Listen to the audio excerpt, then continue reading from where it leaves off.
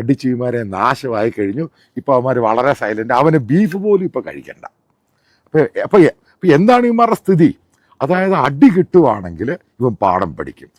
നടക്കൂല മാത്യൂസെ. നിന്റെ അത്തരം കുത്തിക്കിഴപ്പൊന്നും ഇവിടുത്തെ മുസ്ലിം സമുദായത്തിലെ പെണ്ണുങ്ങളുടെ മേൽക്ക് തീർക്കാമെന്ന് നീ വിചാരിക്കേണ്ട. അത്തരത്തിൽ എന്തെങ്കിലും ആഗ്രഹങ്ങളോ മോഹങ്ങളൊക്കെ നിന്റെ ഉള്ളിലുണ്ടെങ്കിൽ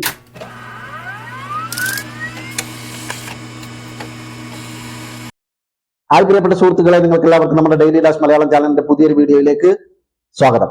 കുറച്ചാളുകൾ കുറെ കാലമായി നമ്മുടെ നാട്ടിൽ ഒരു പണിയെടുക്കുന്നുണ്ട്. അത് ഇവിടുത്തെ മുസ്ലിം സമുദായത്തിനെതിരെ കൃത്യമായ വർഗീയത പറഞ്ഞുകൊണ്ടും അപരമത വിദ്വേഷം പ്രചരിപ്പിച്ചുകൊണ്ടും നമ്മുടെ നാട്ടിലും വിദേശത്തുമായിരുന്ന് മുസ്ലിം സമുദായത്തിനെതിരെ കടുത്ത വർഗീയ പ്രചരണങ്ങളാണ് അവർ നടത്തിക്കൊണ്ടിരിക്കുന്നത്. ഇത്തരത്തിൽ വർഗീയ പ്രചരണങ്ങൾ നടത്തുന്നത് കൊണ്ട് അവർക്ക് എന്താണ് ഗുണമെന്ന് ചോദിച്ചാൽ, മുസ്ലിങ്ങളെ എവിടെ വെച്ച് കണ്ടാലും ഓടിച്ചെന്ന് ആക്രമിച്ച് അവരെ കൊലപ്പെടുത്തുക എന്ന മാനസികാവസ്ഥയെ രൂപകൽപ്പന ചെയ്ത തലച്ചോറുള്ള ഒരു വിഭാഗം ആളുകളെ വാർത്തെടുക്കുക, വളർത്തിയെടുക്കുക എന്നുള്ളതാണ് അവരുടെ പരമപ്രധാനമായ ലക്ഷ്യം. അത്തരത്തിലൊരു സംഭവം തെളിവായി നമ്മുടെ മുമ്പിൽ നിൽപ്പുണ്ട്. നിങ്ങൾ ഓർക്കുന്നില്ലേ, കാസർഗോഡ് ഫഹദ് എന്ന് പറയുന്ന ഒരു ചെറിയ മകൻ മദ്രസയിലേക്ക് പോകുമ്പോൾ ആ കുഞ്ഞുമോനെ വഴിയരികിൽ കാത്തുനിന്ന് ഒരു സംഘപരിവാറുകാരൻ ക്രൂരമായി കൊലപ്പെടുത്തിയ വാർത്ത നിങ്ങൾ ഓർക്കുന്നില്ലേ? അയാളെ അത് ചെയ്യാൻ പ്രേരിപ്പിച്ചത് എന്താണ്? ശശികലയുടെ പ്രസംഗങ്ങൾ കേട്ട് ശശികലയുടെ ഇസ്ലാം മതത്തിനും മുസ്ലിങ്ങൾക്കുമെതിരെയുള്ള നിരന്തരമുള്ള വിദ്വേഷ പ്രചരണങ്ങളിൽ ആകൃഷ്ടനായി മുസ്ലിം സമുദായത്തിനോട് കടുത്ത വെറുപ്പ് വെച്ച് പുലർത്തി ആ രീതിയിൽ തലച്ചോറ് രൂപകൽപ്പന ചെയ്തെടുത്തതിന്റെ ഫലമായിട്ടാണ് അയാൾ ആ മോനെ ക്രൂരമായി കൊലപ്പെടുത്തിയത്. അത്തരത്തിൽ മുസ്ലിം സമുദായത്തിനെതിരെയുള്ള വെറുപ്പുൽപാദനം ഒരു ലിമിറ്റുമില്ലാതെ, ഒരു മയപ്പെടുത്തലുമില്ലാതെ നിർഭയം, നിർദ്ദയം, നിരന്തരം അവർ തുടർന്നുകൊണ്ടേയിരിക്കുന്നു. എന്നാൽ അതിൽ നിന്നെല്ലാം വിഭിന്നമായി ഒരു പടിയും കൂടി കടന്ന് കഴിഞ്ഞ ദിവസം ഒരാൾ മുസ്ലിങ്ങളെ പരസ്യമായി ആക്രമിക്കണമെന്ന് ആഹ്വാനം ചെയ്തുകൊണ്ട് രംഗത്തെത്തിയിരിക്കുക. ഒരു പന്ന പരത്ത കിളവനാണ്, കൃസംഗിയാണ്, തീവ്രവാദിയാണ്, വർഗീയവാദിയാണ്. എല്ലാത്തിലും ഉപരി മുസ്ലിങ്ങൾക്കെതിരെ കൃത്യമായ വെറുപ്പ് വെച്ച് പുലർത്തുകയും മറ്റുള്ളവരെ മുസ്ലിങ്ങളെ വെറുക്കാൻ പ്രേരിപ്പിക്കുന്നവനുമാണ്. അയാളുടെ പേരാണ് മാത്യു സാമുവൽ. 2 ദിവസങ്ങൾക്ക് മുമ്പ് കേരളത്തിന്റെ വർത്തമാനകാല സാഹചര്യത്തിൽ ഒരു പ്രസക്തിയുമില്ലാത്ത ഒരു വിഷയവുമായിട്ട് മുസ്ലിങ്ങൾക്കെതിരെ വർഗീയത പറയുക, അല്ലെങ്കിൽ വർഗീയത പ്രചരിപ്പിക്കുക എന്ന ലക്ഷ്യത്തോടു കൂടി അവനൊരു വീഡിയോ ചെയ്ത്, എന്തൊക്കെയാണ് അവൻ ആ വീഡിയോയിൽ പറഞ്ഞതെന്ന് നമുക്കൊന്ന് കേട്ടു നോക്കാം. കേരളത്തിലെ ഇസ്ലാമിക മതഭ്രാന്തന്മാർ ചില കാര്യങ്ങൾ അൺഒഫീഷ്യലി നടപ്പിലാക്കിയിട്ടുണ്ട്. അതിലൊന്നാണ് പലയിടത്തും പന്നിയിറച്ചി മാർക്കറ്റിൽ വിൽക്കാൻ പാടില്ല. പക്ഷെ അവിടെ ബീഫും ആകാം, ആട്ടിറച്ചിയാകാം, കോഴിയിറച്ചി, പക്ഷെ പന്നിയിറച്ചി പാടില്ല. ഇപ്പം ഞാൻ താമസിച്ച സ്ഥലമാണ് ആലുവ മാർക്കറ്റിൽ പന്നിയിറച്ചി വിൽക്കുന്നില്ല. പന്നിയിറച്ചി അവിടെ ഉള്ളവർ വളരെ ദൂരെ പോയിട്ടാണ് പന്നിയിറച്ചി വാങ്ങുന്നത്. ഇപ്പം മലപ്പുറം ജില്ലയിൽ ഇപ്പം നിലമ്പൂർ ചില ഭാഗങ്ങളിലൊക്കെ ഈ പോർക്ക് കിട്ടുമായിരിക്കും. പക്ഷേ അതിനിടയ്ക്ക് മനസ്സിലാക്കേണ്ട പല ഭാഗത്ത് അവിടെ ക്രൈസ്തവർ താമസിക്കുന്ന, അവിടെ ടീച്ചേഴ്സായിട്ടൊക്കെ വന്ന് പഴയ ജോലി ചെയ്ത് സെറ്റിലായിട്ടുള്ളവരുണ്ട്. അതായത് കഴിക്കുന്ന ആഹാരത്തോട് പോലും, അവരെന്താണ് കഴിക്കുന്ന ആഹാരം, അതിനോട് പോലും പ്രശ്നമുണ്ടാക്കുന്നതാണ് ഈ വലിയ സാംസ്കാരിക കേരളം എന്ന് പറയുന്നത്. അതങ്ങനെ ഉണ്ടാക്കിയെടുത്തു. ഇവൻ പറയുന്നത് കേരളത്തിൽ പലയിടത്തും പോർക്ക് കച്ചവടം നടക്കുന്നില്ല, അതിന്റെ കാരണം മുസ്ലിങ്ങളാണ്.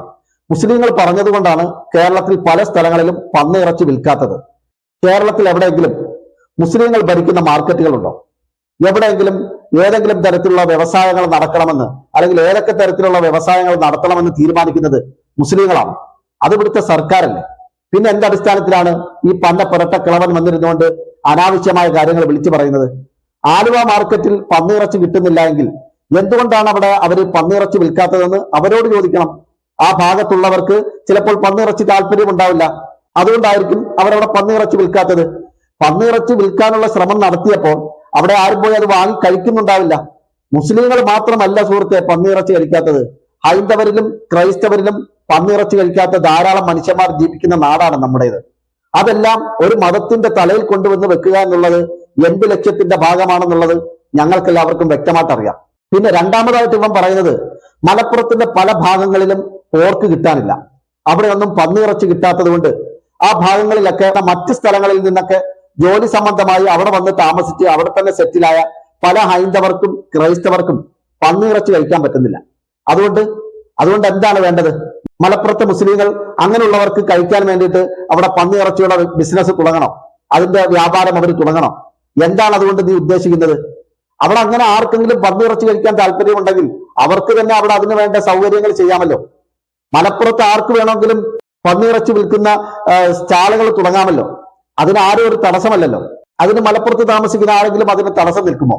മുസ്ലിങ്ങൾ ഒരിക്കലും അത് ചെയ്യില്ല. മുസ്ലിങ്ങൾ മറ്റുള്ളവരുടെ ആരാധനാ സ്വാതന്ത്ര്യങ്ങളിലോ അവരുടെ ഭക്ഷണ സ്വാതന്ത്ര്യങ്ങളിലോ ഇടപെടുന്ന ആളുകളല്ല.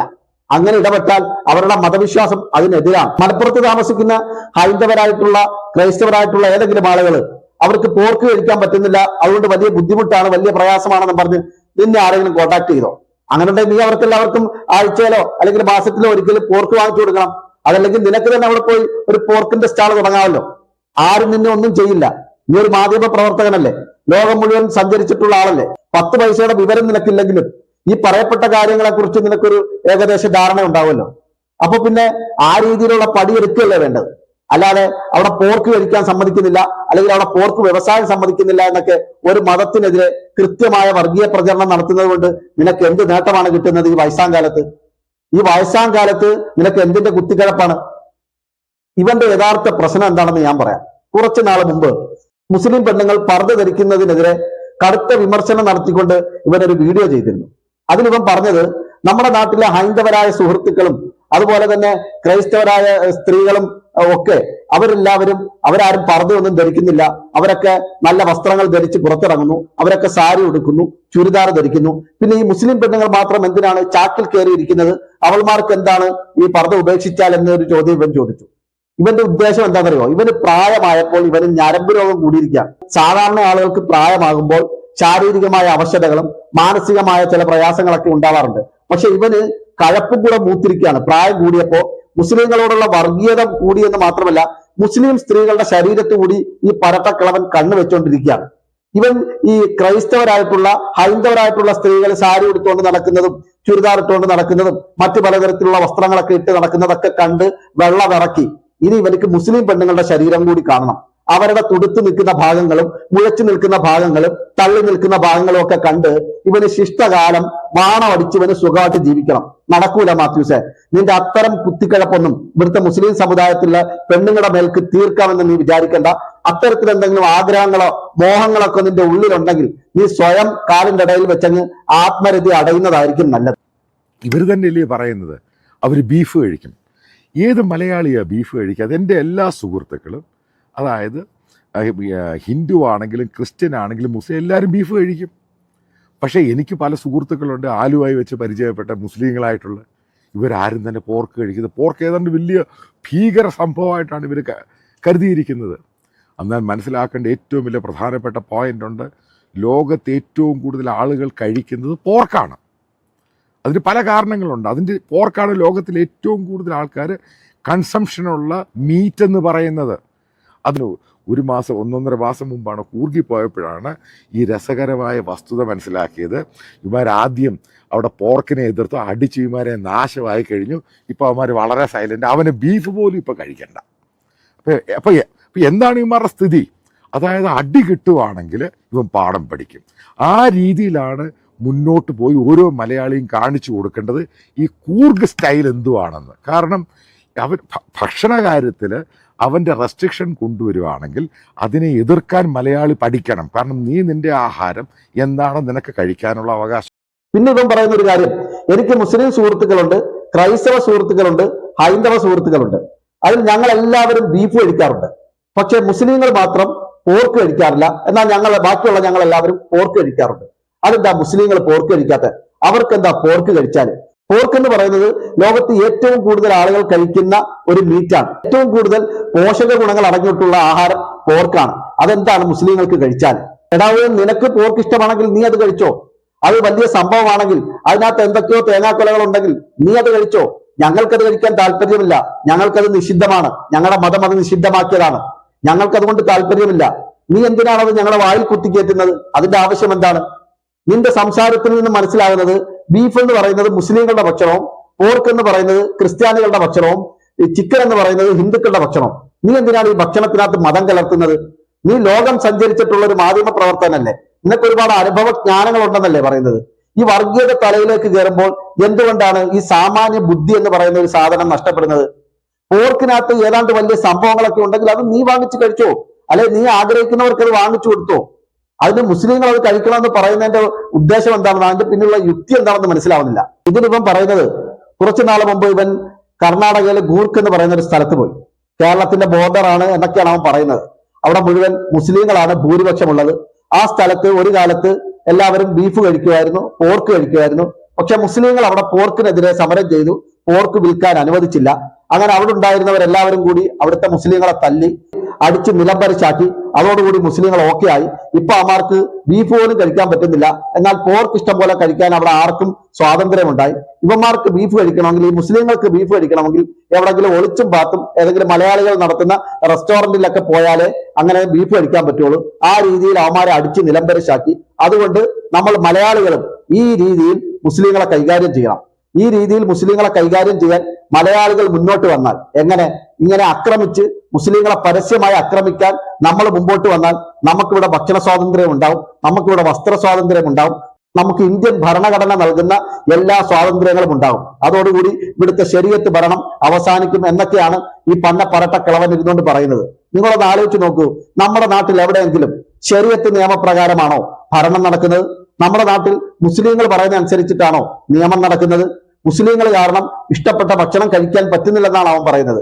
മുസ്ലിങ്ങൾ കാരണം ഇഷ്ടപ്പെട്ട വസ്ത്രങ്ങൾ ധരിക്കാൻ പറ്റുന്നില്ലെന്നാണ് അവൻ പറയുന്നത്. എടാ മലരൻ സാമുവലെ, ഇന്ത്യയിൽ ഇഷ്ടപ്പെട്ട ഭക്ഷണം കഴിച്ചതിന്റെ പേരിൽ, അത് കൈവശം വെച്ചതിന്റെ പേരിൽ, അത് വീട്ടിൽ സൂക്ഷിച്ചതിന്റെ പേരിൽ കൊല്ലപ്പെട്ടത് മുഴുവൻ മുസ്ലിങ്ങളാണ്. ട്രെയിനിൽ യാത്ര ചെയ്യുകയായിരുന്ന വയോധികൻ ആക്രമിക്കപ്പെട്ടത് അയാളുടെ കയ്യിൽ ബീഫ് ഉണ്ടെന്ന് പറഞ്ഞിട്ടാണ്.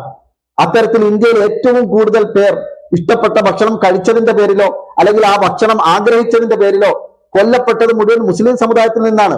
ഒരു മാധ്യമ പ്രവർത്തകനായ നിനക്കിത് അറിയാം, എന്നിട്ട് നീ ഇത് മറച്ചു പിടിക്കുന്നത് നിന്റെ പേരിൽ കേന്ദ്ര സർക്കാർ എടുത്ത CBI കേസിൽ നിന്നും രക്ഷപ്പെടാൻ വേണ്ടിയിട്ട് നീ ഇവിടുത്തെ ഭരണകൂടത്തിന് ദാസ്യവേല ചെയ്യുകയാണ്. ഭരണകൂടത്തിന്റെ കണ്ണിൽ മിസ്റ്റർ ക്ലീനായി മാറി ആ കേസിൽ നിന്നും രക്ഷപ്പെടാൻ വേണ്ടിയിട്ടുള്ള തന്ത്രപ്പാടുകളാണ് നീ ചെയ്തുകൊണ്ടിരിക്കുന്നത്. കർണാടകയിലെ ഗൂർക്കിലുള്ളവർ അവിടെ മുസ്ലിങ്ങളെ അടിച്ച് നിലംപരിശാക്കിയതുപോലെ നിങ്ങളും അതിനു വേണ്ടിയിട്ട് മുന്നിട്ടിറങ്ങണമെന്ന് പറഞ്ഞ ആ വീഡിയോയിൽ അതിന് താഴെ വന്നൊരു കമന്റ് ഇതായിരുന്നു: ഇത് തന്നെയാണ് ഗുജറാത്തിലും നമ്മൾ ചെയ്തത്. അതോടുകൂടി അവിടെ അവരെ കൊണ്ടുള്ള എല്ലാ പ്രശ്നങ്ങളും തീർന്നു. ഒന്ന് ആലോചിച്ച് നോക്കൂ കാര്യങ്ങൾ എവിടം വരെ എത്തി നിൽക്കുന്നു എന്ന്.